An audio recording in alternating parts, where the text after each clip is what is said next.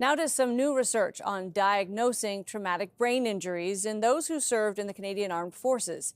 Many veterans still suffer long after their time in the military has ended. But it's a condition that's difficult to detect and one that can have devastating repercussions. CTV's Adrian Ghobrial has been investigating. Adrian, what do researchers believe that they've discovered?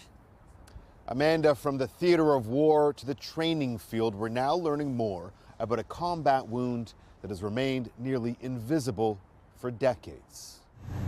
Inside Toronto's Centre for Addiction and Mental Health, a revealing pilot project on military veterans is underway. Your brain jiggles around and hits back and forth. Isabelle Boileau is studying the brains of individuals who've had high exposure to battlefield blasts.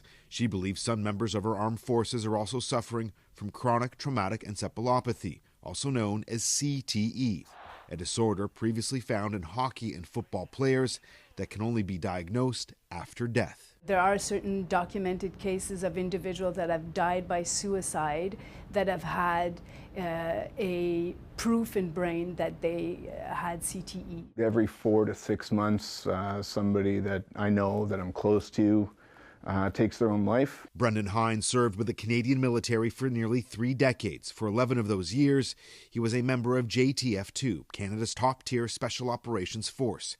Dispatched to Bosnia, Afghanistan, and Iraq, he estimates that he's been exposed to approximately 2,000 explosives. It's like being in a boxing match each day, pretty much.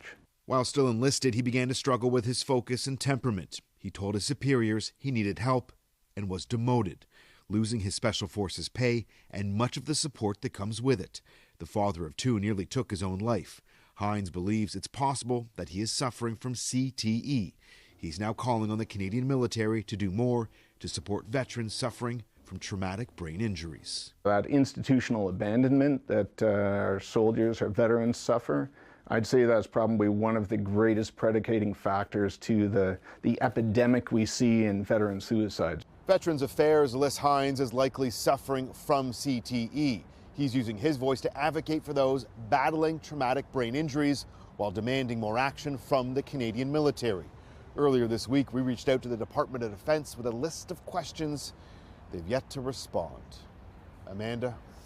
All right, CTV's Adrian Ghobrial. Thanks.